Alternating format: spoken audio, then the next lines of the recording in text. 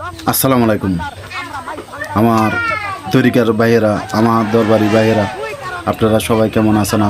আশা করি ভালো আছেন। আমার ভিডিওটা দেখবেন, আপনারা এই ভিডিওটা বেশি বেশি শেয়ার করে দিবেন। জানি আমাদের দেশে সব মানুষে এই ভিডিওটা দেখে। দেখুন ভাই, মাছ ভান্ডারকে উড়িয়ে দিবে, মাছ ভান্ডারকে ভেঙে ফেলবে। তার কি ক্ষমতা? তাকে কত বড় ক্ষমতা দিছে?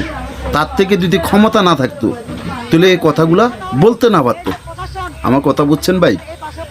এই কথাগুলা সে কোনোদিন বলতে না পারতো। তো আপনাদের কাছে একটাই চাওয়া, আমাদের সরকারের কাছে একটাই আবেদন, তাকে জানি দ্রুত আইনের ব্যবস্থা নিয়ে আইনের শাস্তি দেওয়া হোক। আমরা চাই তাকে জানি শাস্তি দেওয়া হোক।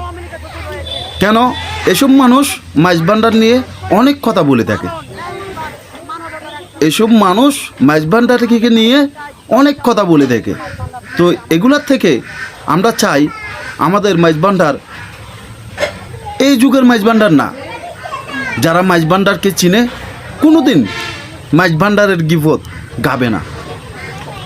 যারা মাছ ভান্ডারকে চিনে তারা কোনোদিন মাছ ভান্ডারের গিফট গাবে না।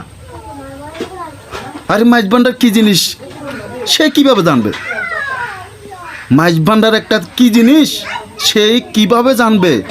তার কোনো ক্ষমতা নাই মাছ ভান্ডার জানার মতন। সে মাছ ভান্ডারকে উড়াই দিবে, দরবার শরীফকে ভেঙে ফেলবে। তার কি বড় ক্ষমতা! আল্লাহ কত বড় ক্ষমতা দিছে তাকে, কত বড় কথাগুলো ফেলছে, কত বড় কথা বলে ফেলছে। সে কত বড় অপরাধ করতেছে, এগুলো আমাদের সরকারে দেখতেছে না।